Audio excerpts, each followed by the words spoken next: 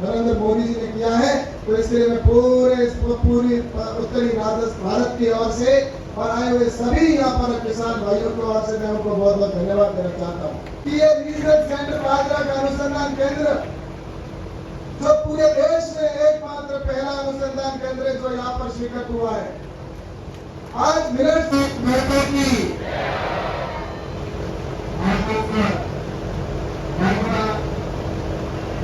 अनुसंधान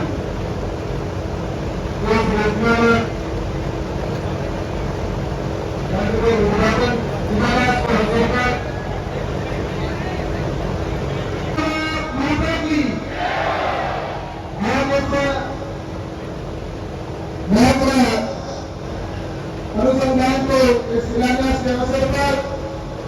हमारे मध्य पधारे हैं हमारे महामहिम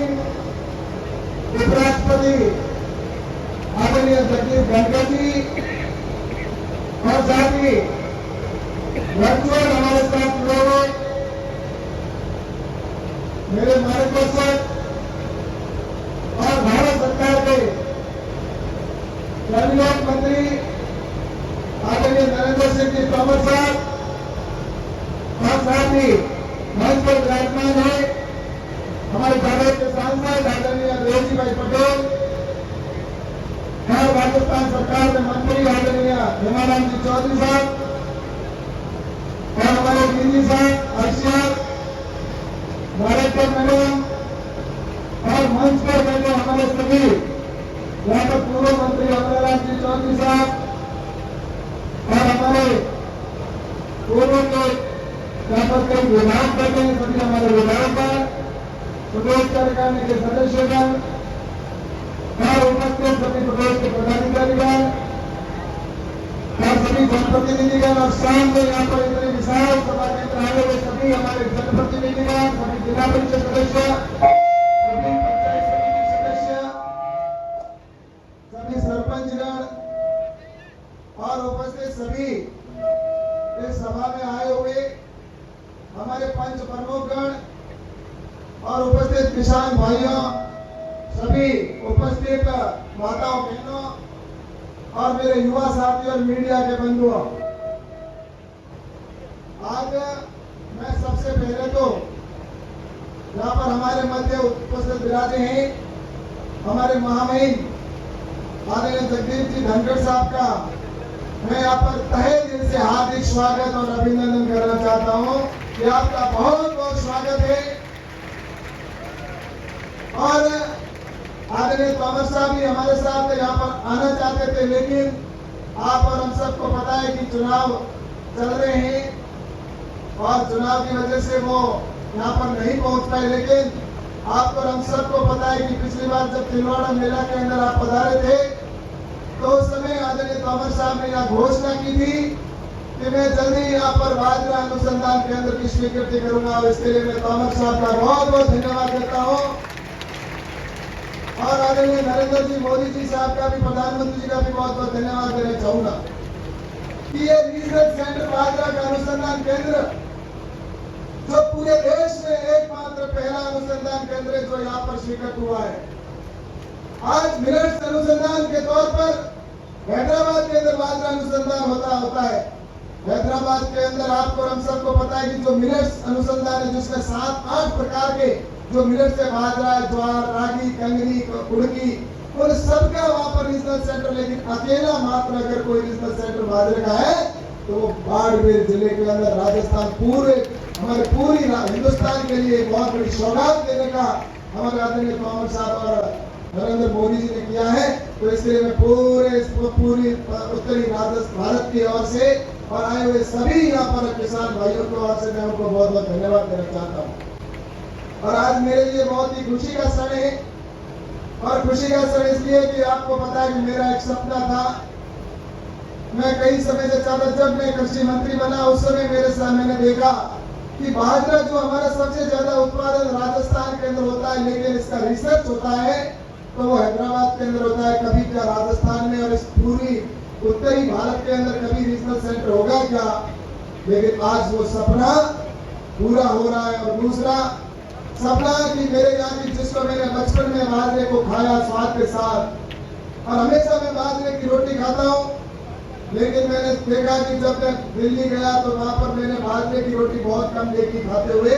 सब लोग गेहूं या चावल खाते हुए देखा। लेकिन संसद के अंदर जब सब सांसदों ने बाजरे की रोटी यहाँ के द्वारा बनी हुई, हमारे यहाँ के भाइयों के बने हुए बाजरे की रोटी, बाजरे की खीर, बाजरे की राबड़ी, और जिस तरह से उसका स्वाद लिया, उस दिन मुझे बहुत खुशी थी। और उसके बाद में मैंने आपको देखा कि हमारे देश के प्रधानमंत्री आदरणीय नरेंद्र मोदी जी और आदरणीय उपराष्ट्रपति जी जगदीप जी धनखड़ साहब को मैंने आज, जब मैं फ्लाइट में आ रहा था तो उस समय जब भोजन बनाया तो उस भोजन की थाली में बाजरे की रोटी बनी हुई थी। उस समय मुझे इतनी खुशी हो रही थी कि जो बाजरा यहाँ पर राजस्थान के अंदर यहाँ पर होता था, आज वो उपराष्ट्रपति भवन, राष्ट्रपति भवन और पीएमओ के अंदर बाजरे की रोटी बनती है। तो ये हमारे किसानों के लिए, जो कभी बाजरे की रोटी गरीबों का अनाज कहते थे, ये बाजरा तो गरीबों का अनाज है, लेकिन गरीबों का दाना खाने का। लेकिन आज करोड़पति लोग हैं, वो भी बाजरा, ज्वार, रागी खाने के लिए कहते हैं कि अब हम खाते, क्योंकि प्रधानमंत्री नरेंद्र मोदी जी ने इस बाजरे को अब सिर्फ अपने इस क्षेत्र का नहीं, आज पूरी दुनिया के अंदर ले जाने का काम किया। मिलेट्स ईयर के रूप में पूरे विश्व में मनाया जा रहा है 2023 की मिलेट्स ईयर। निश्चित रूप से मैं कहना चाहता हूँ कि उसका यहाँ पर सेंटर होना, और उसके साथ ही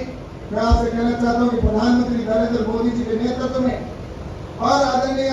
तोमर साहब के नेतृत्व में जिस तरह से मार्गदर्शन के अंदर हुआ, कृषि के अंदर आमूल परिवर्तन पिछले कुछ समय से मैं देख रहा हूँ। इस राजस्थान के अंदर जब प्रधानमंत्री जी पिछली बार जब मुख्यमंत्री थे, उस समय यहाँ पर आए थे, जब लोकसभा के चुनाव चल रहे थे, उस दिन बालोतरा की सभा के अंदर कहा था कि ये बाड़मेर के घोरों के अंदर में आने वाले समय में फलदार पौधे लगते हुए देखना चाहता हूँ। तब मेरे किसान भाइयों ने कहा था कि शायद क्योंकि पहले भी कई लोग वादे करके गए यहाँ पर कि अंगूर की खेती हम यहाँ कराएंगे, अनार की खेती यहाँ कराएंगे, सालों साल, 50 साल, 60, 30 साल पहले लोग कहके गए, लेकिन कभी नहीं हमने देखा वो जिस तरह से जुमले करके गए, वैसे ही मोदी जी कहते जा रहे हैं। लेकिन आज मुझे बताते हुए खुशी है कि पिछले 9 साल के अंदर आज यहाँ पर अंजीर की खेती होने लगी है, और ऐसे ही पूरे देश के अंदर आमूल परिवर्तन हुआ है कृषि के अंदर। और कृषि के अंदर मैं कहना चाहता हूँ, क्योंकि कृषि के अंदर जिस तरह से प्रधानमंत्री जी ने कृषि को महत्व दिया, किसान को महत्व दिया। कभी किसान को कहते थे उत्तम खेती, मध्यम व्यापार, राष्ट्र नौकरी, लेकिन इन 60 सालों में जो उसका उल्टा हुआ।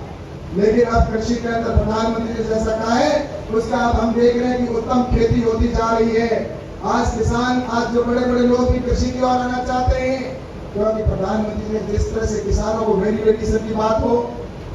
चाहे किसानों के लिए बजट पे बढ़ाने की बात हो, चाहे ऐसे रीजनल सेंटर खोल के किसानों को जिस तरह से उनको सपोर्ट